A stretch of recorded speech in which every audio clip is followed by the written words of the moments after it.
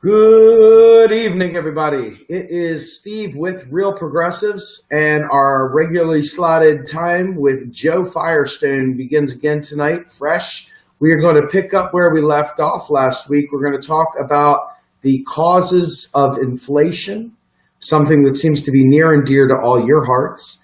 And we're going to talk about something a little bit different tonight. Joe is going to tackle a subject that you probably don't hear a whole lot about, which is the micro-austerity underneath of the Donald Trump administration. So without further ado, I'm going to bring on our guest host, Joe Firestone. How are you tonight, sir? I'm fine, Steve. How are you tonight? I'm doing good, buddy. So, Mr. Firestone, what's going on? How are we going to approach this inflation subject tonight? Okay, well, last week what we did is we did a little bit on the quantity theory of money, and then we went back and we began to question how the use of different kinds of methods for adding reserves to the Treasury account, and what effect these methods might have, because it's contended by people that if you create money or simply print money and you don't issue any debt at the same time, okay, that you're doing that is an inflationary method of adding reserves to the account and then spending, okay, and then doing federal spending. And so I went over three basic methods of adding money to the Treasury accounts. But the first being when taxes are paid to Treasury, that this gives the Fed some reason, okay, the reason it needs to mark down a taxpayer's account and to create new money in the Treasury accounts. I also talked about securities that are issued by the Fed or other federal property. That's issued by Treasury, okay, or also other federal property sold by the federal government, which then gives the Fed a reason to mark up the Treasury accounts. And then the third method that I talked about was the minting of coins by the Treasury, depositing these coins in Treasury accounts, and then pointing out that gives the Fed a mandate to credit the Treasury accounts for the face value of the coin. Then I emphasized that these three methods are operations. It's not really them that funds the spending. The funding operation, which is the essence of the funding, which makes the other operations go off essentially according to rules, is Congress appropriating federal spending. Only then can Treasury spend reserves that are produced by the operations. If there were no congressional appropriations funding the spending, then whatever Treasury got from doing these operations would simply result in money in Treasury's accounts that couldn't be spent because there was no from Congress to spend them. So what I never got to last week, but due to the breakdown of the connection, was some of the basic principles we have to keep our minds on when we're thinking about the inflation problem as somehow connected to the method of creating money in the Treasury accounts. We have to note first that reserves paid by the Treasury to redeem old debt that has been issued, old securities when they fall due, can't be inflationary if the recipients of the repayment do not spend them into the economy. If all they do is hold on to the repayments, save the repayments, then there's no causal impact to cause inflation. In other words, there's no way, there's no channel to have a causal impact on inflation. So we need to keep that in mind. Second, when debt is repaid to other government agencies by the Treasury, in other words, debt owed by the Treasury is repaid, okay, to other government agencies. In other words, the classic case is the Treasury has debts in the form of records and accounts to the Social Security agency. So when Social Security wants to pay out the benefits to recipients, okay, the Treasury has to have a warrant to do it. And the warrant is what Treasury owes to Social Security, the trust funds, so-called. Okay. So, when this is repaid to other government agencies, and also when repayment is made to the Federal Reserve, okay, the Federal Reserve holds huge amounts of Treasury securities, okay, at this time. Sometimes it sells the Treasury securities, or what it does is swap them, okay, for other things in pursuit of monetary policy. But in addition, sometimes the securities just fall due, and Treasury has to pay the Fed for the securities that Treasury is redeeming from the Fed. Well, that money, the money going to the Fed, the money repaying the debt to Social Security, or I should say the credits, okay, the electronic credits, because it's not actually money in that sense, can't be inflationary beyond inflationary tendencies already built into regularly scheduled federal spending that has been appropriated by Congress. Because if they want to go beyond the regularly scheduled federal spending, including spending for entitlements and for Social Security, they don't have the authority to do it. In other words, Mr. Trump and his Treasury Department can't just spend, okay, on everything at once, okay, or anything at once.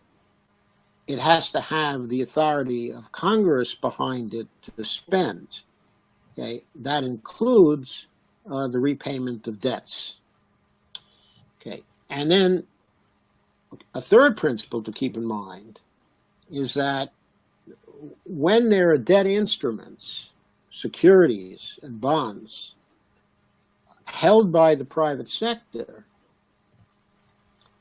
these are a form of financial assets that is more inflationary than reserves in checking or savings accounts. Why this is true, I'll explain later, a bit later. Fourth, when Ellis talked about inflation last week, and he did a bang-up job, I think,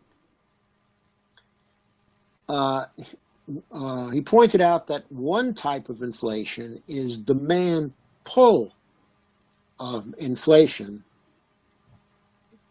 caused by government spending past the point of full employment, the inflation barrier, as he called it. Okay. So that's a case where the spending is going past the point when the productive capacity of the economy is reached. And that's what causes the inflation. The inflation is pulled by the demand, is created by the demand pull, I should say. So fifth, using platinum coin seigniorage, those extremely high value platinum coins you hear about every once in a while, which have not been used yet, the $1 trillion coin, the $100 trillion coin, and so on.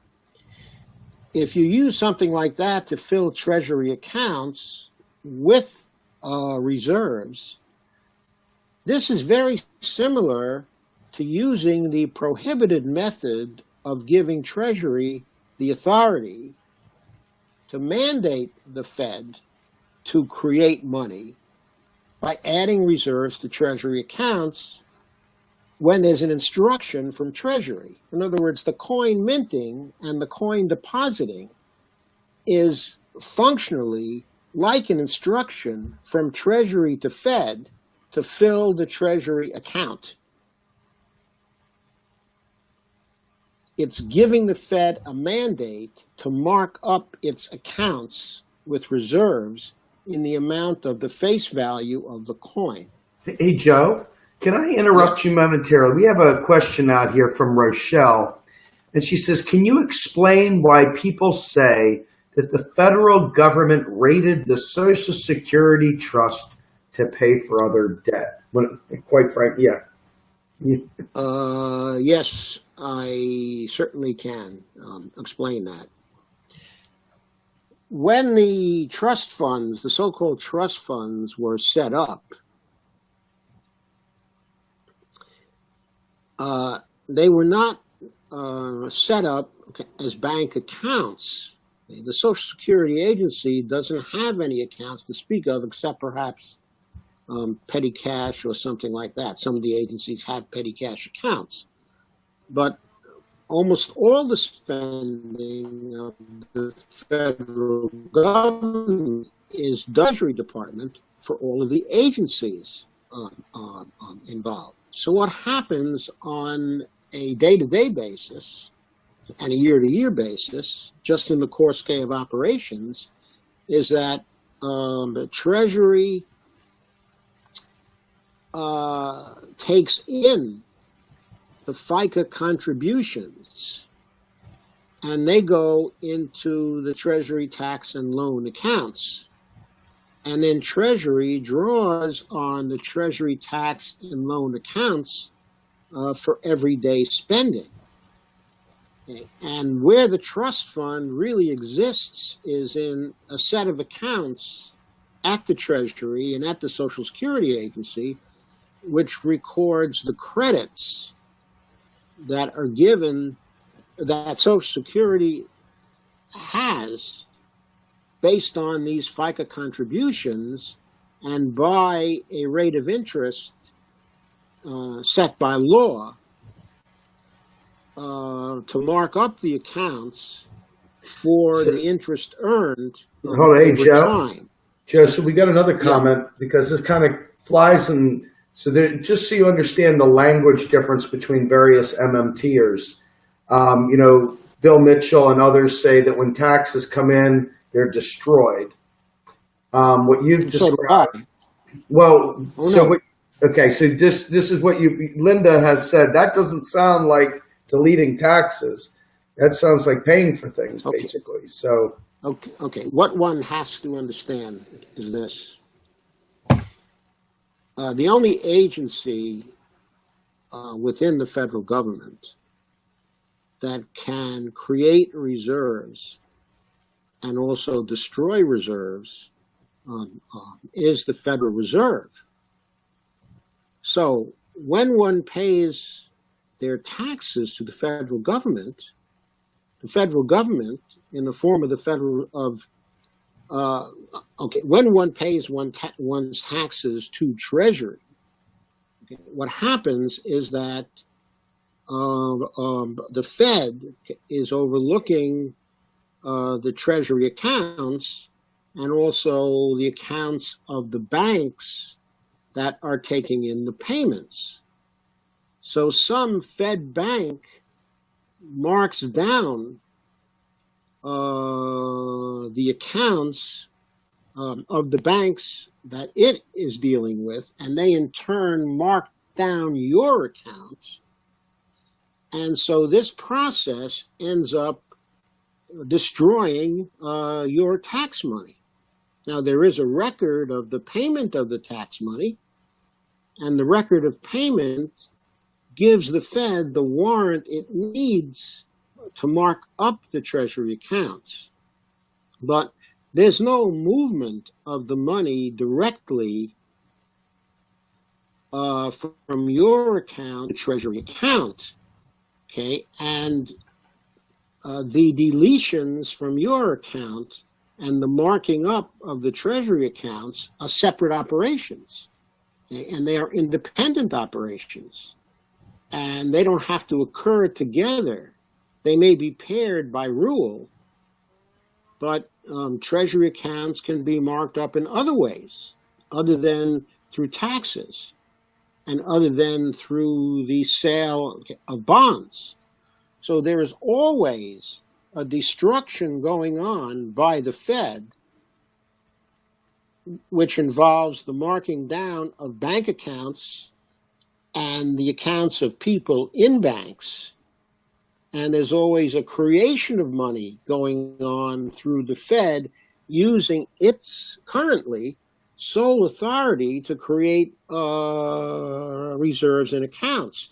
And this is the best way to look at it. It's the only true way to look at it, because essentially what's going on is there's a great big spreadsheet in the sky, and the Fed, not the Treasury, the Fed is the only agency with the authority to mark up and down what's in the spreadsheet.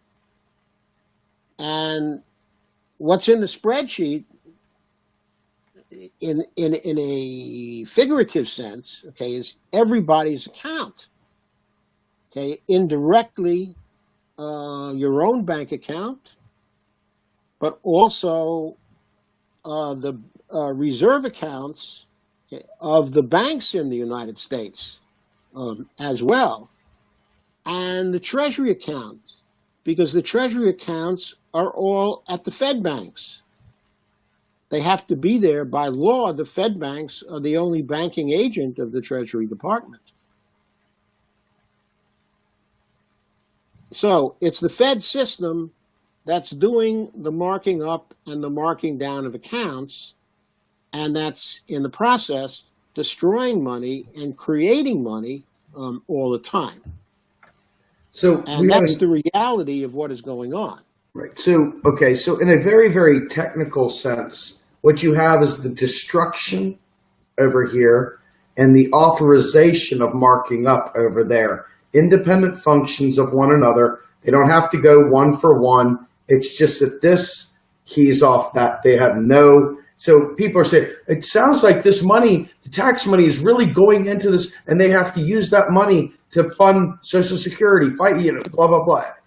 Want to make sure that people understand, because we say a simplified version of this, and you're giving them the rudiments down to the freaking keystroke so that they understand how this all ties together, so their brains aren't exploding, because I'm watching it.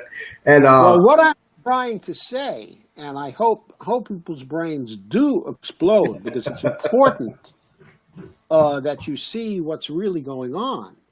And what's really going on is really only one thing. These operations of marking up and marking down accounts with the authority of Congress through the instrument of Congress, the Federal Reserve banks. Okay? And this is all done according to rules which are written into the law.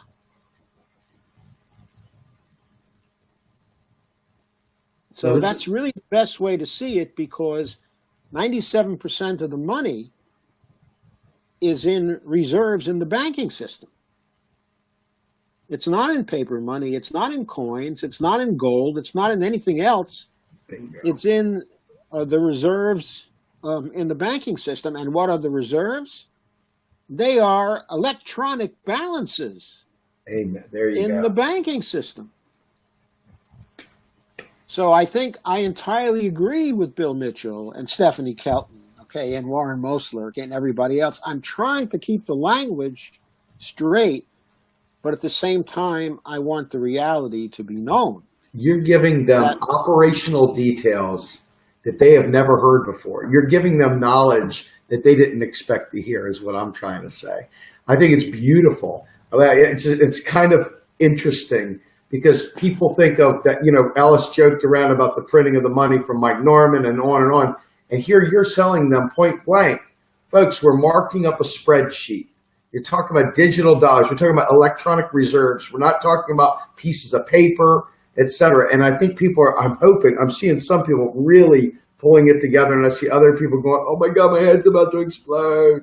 So I think it's really instructive to see that you've taken the high level and you've taken it down to the next level, which is truly operational mechanics. Anyway, I just wanted to give you a shout. Let me take it down a little further on the political side. Since the authority to mark up and mark down accounts is ultimately coming from the Congress, if we are successful in our political movement to ensure that Congress begins to legislate for the public purpose, then our representatives, who at that point in time would truly represent us, instead of the wealthy corporations and the wealthy individuals, they would be able to give the Fed all kinds of orders about how those accounts should be marked up and down for the public purpose. And that's very important to recognize. There's no need to go and steal physical money or to repossess it or to make sure that it's confiscated. Okay, anyway, there's only a need for Congress to use its authority to control what's going to go on in this electronic system. Nailed it. Okay. Nailed it. So inflation then, in other words, we can conclude from the foregoing, if you've got the nuances of it, that when people say that, how can you print all this money? And isn't this printing money inflationary? The conclusion we can draw from what we previously said was that inflation is not about using a method of just creating reserves in the Treasury account and then spending those reserves without actually issuing the debt instruments which are now used. Okay, it doesn't recur as a result, or would not occur as a result of using some other method of creating reserves, like the platinum coin messages going to the Fed, ordering it to create reserves in the account. It does not occur as a result of printing or minting or even just keystroking credits to TGA and then spending those credits to fill spending mandates. Okay. What causes it is having the Treasury, through Congress, do spending in the right places to get to full employment. And then at that point, there have to be measures to see that there's a balance between spending and also taxes sufficient to maintain full employment, but not sufficient to create price instability. Now, there have always been two major things that MMT always emphasizes about public purpose. First, that full employment has to be one of the goals because it's a very important aspect of public purpose. And second, that price stability, lack of inflation, has to be one of the goals also. Okay, and MMT, I think, is pretty unique among approaches to economics, okay, in the sense that while most other schools of thought say with respect to the inflation goal, well, maybe we can afford to have 3% inflation or 4% inflation, in a healthy economy. There's one school of thought that even says good figures would be unemployment of 4% and inflation, of 4%. I think that's a target, of Cullen Roche and the monetary realism school. But MMT says, no. It says full employment means everyone who wants a job can be offered one at a living wage. And price stability means 0% inflation. 0%. Except those price rises that are due to adding money to the money supply in order to maintain full employment in the face of population growth and normal expansion of and the normal expansion that we see in the economy when population grows. So MMT is the only school, except perhaps for the gold standard school, saying our target is 0% inflation. Okay, so the other thing I want to point out here, before I move a little further, is that if one approaches full employment, or as one approaches full employment, then federal interest payments and private leveraging of federal securities resulting from debt instruments are more likely to start inflation than using either taxing or seniorage to mandate the Fed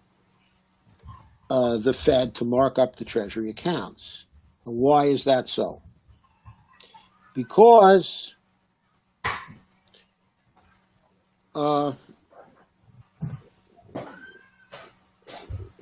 when there are debt instruments that are being used, then those have to be redeemed from time to time, and not only to the extent of the repayment of principal, but also the repayment of accumulated interest. So there's interest going back into the private sector, as well as repayment of the principal, which can add, of course, to inflation. But the more serious point to keep in mind is that when somebody has a Treasury security or somebody has a Treasury bond, then they can go through the private banking system and they can arrange more than one loan, but leveraging the Treasury securities and the Treasury bonds, since they can be leveraged a number of times, 2 or 3 times, and since the banks are creating deposits when they make loans, then there is money being added to the private sector through these loan operations using the Treasury securities by leveraging them more than once. Reserves can't be leveraged in this way. Securities can be leveraged in this way. Okay. Now, when the private banks get involved, of course, and they extend these loans, then new money they're creating is not a net financial asset, because it carries with it a corresponding liability for repayment. But in spite of this, even though it's not a federal, even though it's not a net financial asset, as federal deficit spending actually creates, it's still putting money into the private economy that was not there before, and that can be spent by the recipients on various things, and that can contribute to the creation of a bubble economy.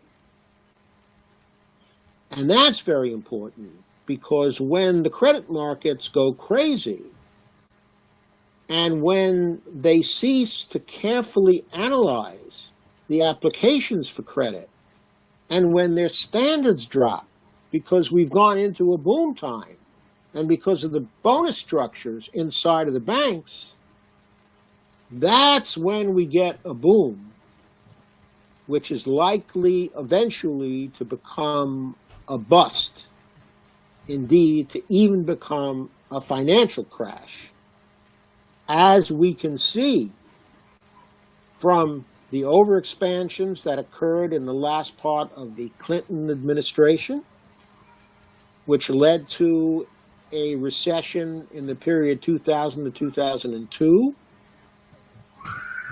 which the Bush administration then pushed away to some degree by having more deficit spending, which strung the economy along for some years, but then blew another bubble in the housing sector that led to the housing crash of 2007 and the generalized financial crash of 2008.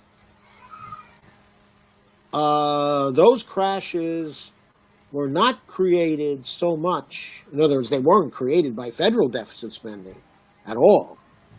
They were created by the credit booms and by the real estate booms and by the exuberant animal spirits of people going into the real estate market, and by the laxity of assessing the real estate loans that the banks were giving to people at the time. So this all goes back to the idea that you can add inflation, you can add more inflation by having financial assets in the form of treasury bonds and treasury securities. Then you can have by working off reserves in your checking account. So, now I don't want to emphasize this last point too much. I'm not saying that using financing through debt instruments, I'm not saying that that has to be greatly more inflationary than using just creation of money, okay, with no debt instruments. But I am saying that if you compare the two,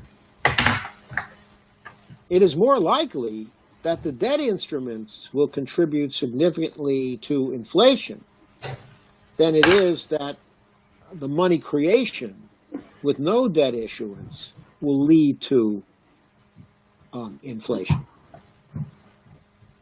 So, okay, I also want to make some comments on the quantity theory of money. How's the signal today, by the way? Much better. Okay, good. Okay, so in the quantity theory of money, we started out with the identity MV equals PQ, where M stands for the money supply, V is the velocity of money, in other words, the speed of the turnover of the same money in the economy, where P is the price level, and where Q is the quantity of the output in the economy. Okay. So, since this is just an identity. It's true by definition. Okay, but that doesn't mean it's true when we get into the real world with it. But before we do that, let's divide both sides of the first equation, MV is equal to PQ. Let's divide both sides by Q. Then the Q's on the same side of the equation as the P are canceled out. And the formula becomes P is equal to the money supply times the velocity of money divided by the quantity of the output. So what this equation is saying is that price is a function of the money supply, the velocity of money, and the quantity, of output. But again, we haven't got to the point yet where this is a claim, where anyone is claiming that this is something that holds true for the real economy. At this point, it's just an accounting identity. But to turn an accounting identity into a causal theory, you have to make certain assumptions.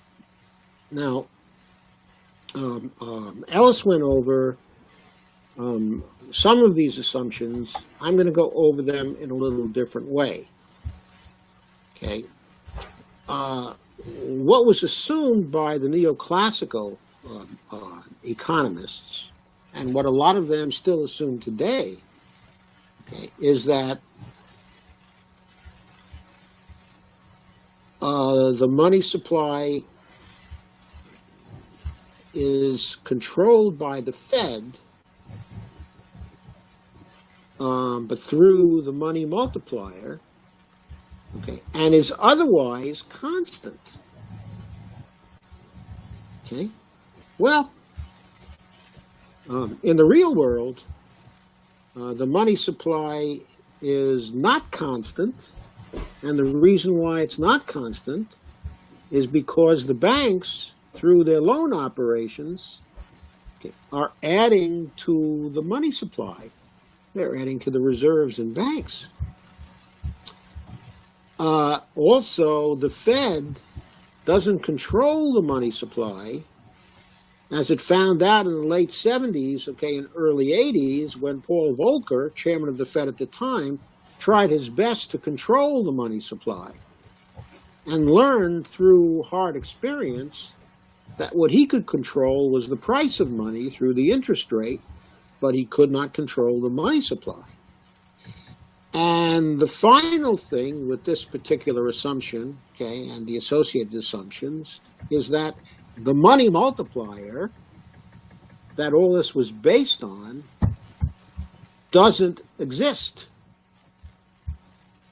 Now, the money multiplier was based on the idea that there might, for example, be a reserve requirement that the Fed placed on various banks, that they had to hold reserves in the amount of 10% of the loans they were handing out. That's just an example. The percentage varies from time to time as the Fed wills. But the example is always used at 10% because it's easy. In other words, it's just intuitive that people understand this. So for each dollar that is lent out, 90% of it doesn't have to be backed by reserves, and 10% of it does have to be backed by reserves that the banks hold on to, that they have actually banking it up. But the truth of the matter is that when banks decide to lend money to people, they just create the loan proceeds in the accounts of the people who are getting the loans in return for the note of these people, the contract to repay the principal on those loans. and to give the bank interest also.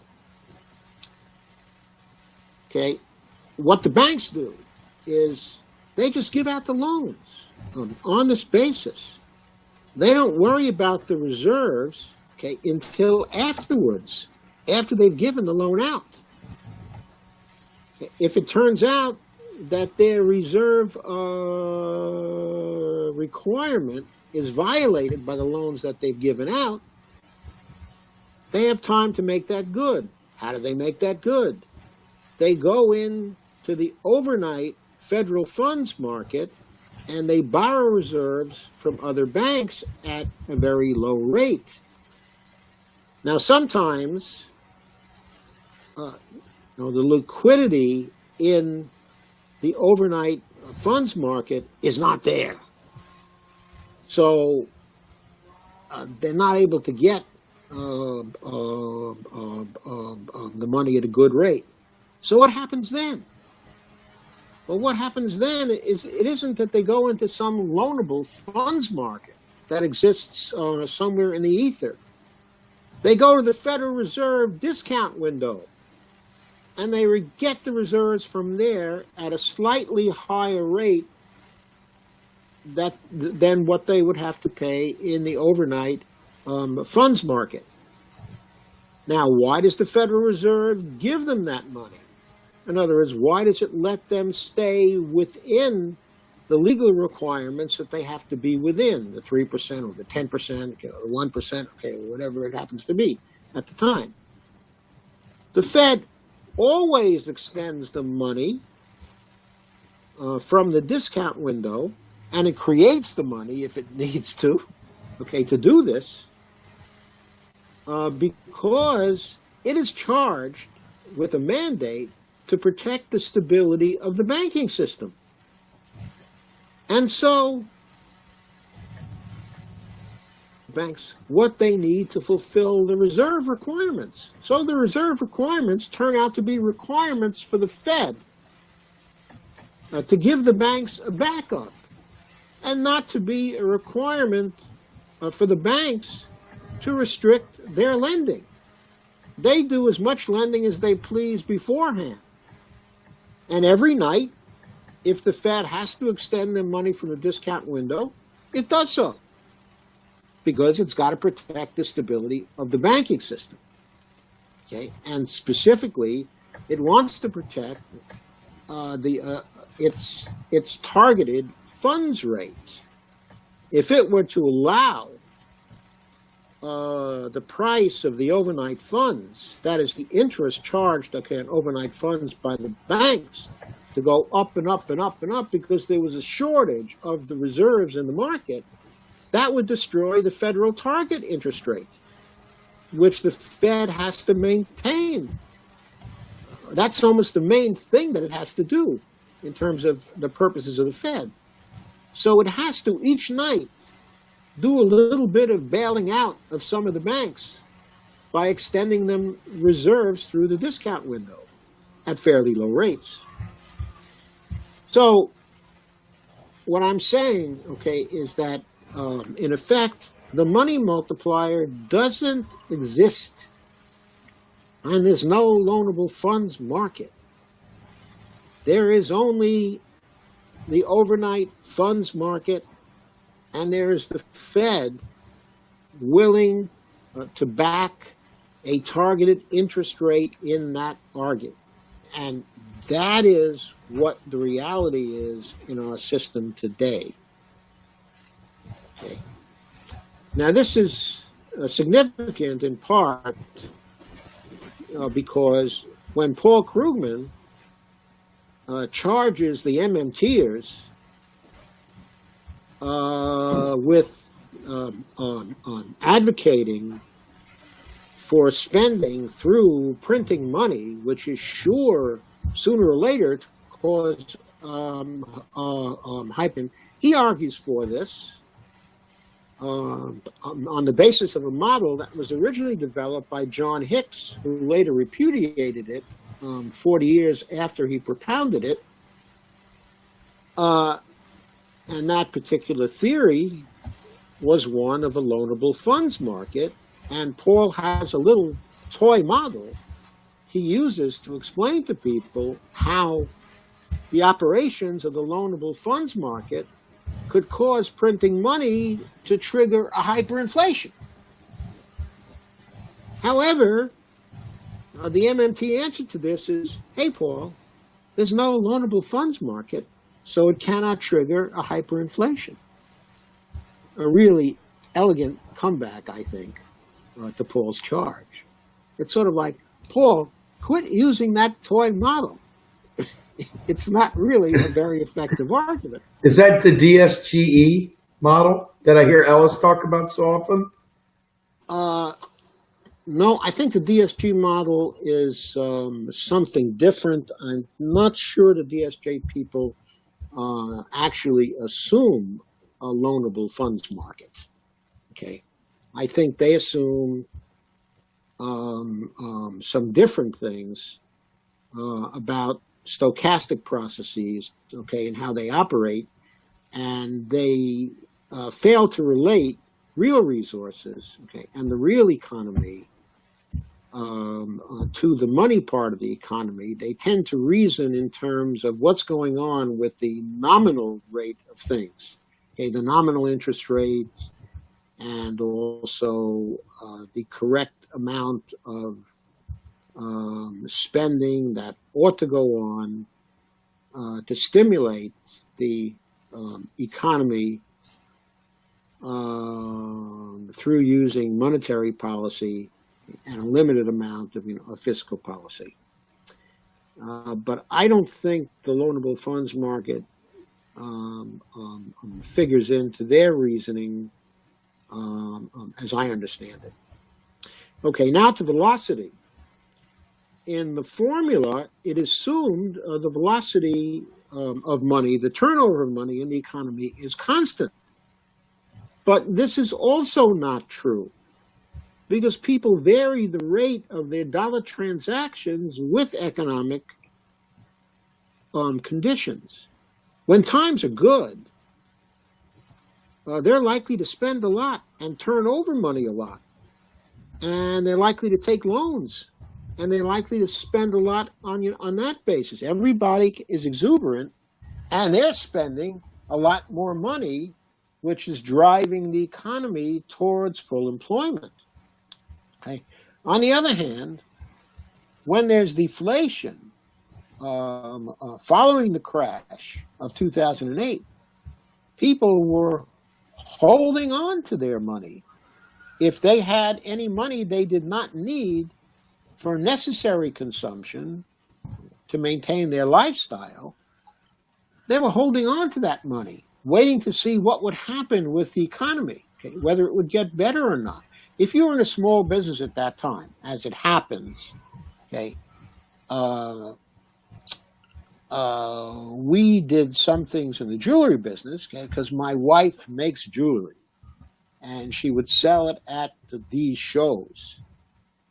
And we lived through the period, the pre-crash period, and went to the post-crash period, and we could see this marked reduction in spending, where the shows were pretty nice to go to, and things were turning over fairly fast. On all sides, the transactions were going on all the time.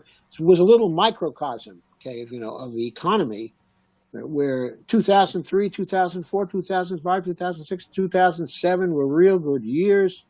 And then suddenly, 2008, big slowdown, and people aren't buying anything, or instead of buying the $200 necklaces and the $250 necklaces, they're having a hard time deciding whether they want to buy a $40 necklace or not. Okay, and so they're looking, they're kicking the tires, but they're not buying. Every businessman knows what that means. Okay, they know the velocity of money isn't constant, that people vary the rate of their dollar transactions with conditions in their microeconomies and in the macroeconomy at large.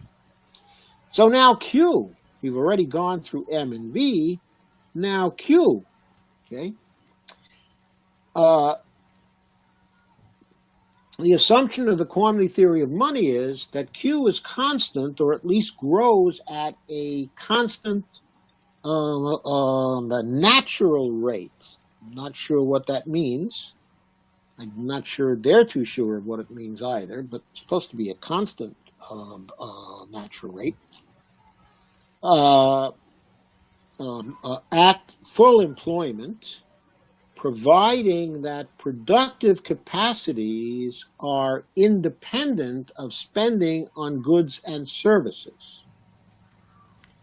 Now, the problem with this assumption is that for most of our lives, in the economy that we've seen, there was neither full employment nor were productive capacities independent of spending on goods and services.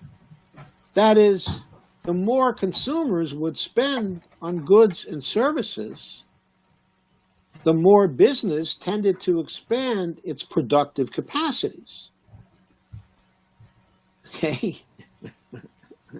And the worse the times were, the less businesses would expand their productive capacities.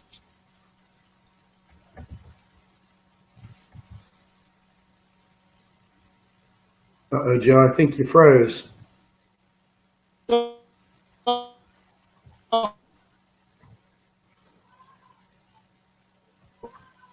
Joe, you're frozen, my friend. Nor the Joe, you're frozen, my friend. Okay, while we wait for Joe's line to unfreeze, just want to take a second to thank everybody for joining us. We're right up against the hour at the moment anyway. So with that, I want to thank you all for joining us again tonight for this broadcast. And every Saturday night, we have Joe Firestone, and we are working on the technical difficulties anyway. So hopefully next weekend, when we have our next moment with Joe, we will have a really, really nice, clean feed. In the meantime, I'm going to go ahead and suggest that I think Joe's feed is dropped. And after I get my house in order here, I'm going to come back on and do a rant about some things that have been going on in my head. And hopefully you all join me. It'll probably be another hour and a half or so. In the meantime, thank you, special guest Joe Firestone. As always, awesome. And for you all who joined us, thank you so much. We'll talk soon. Have a great night, everybody.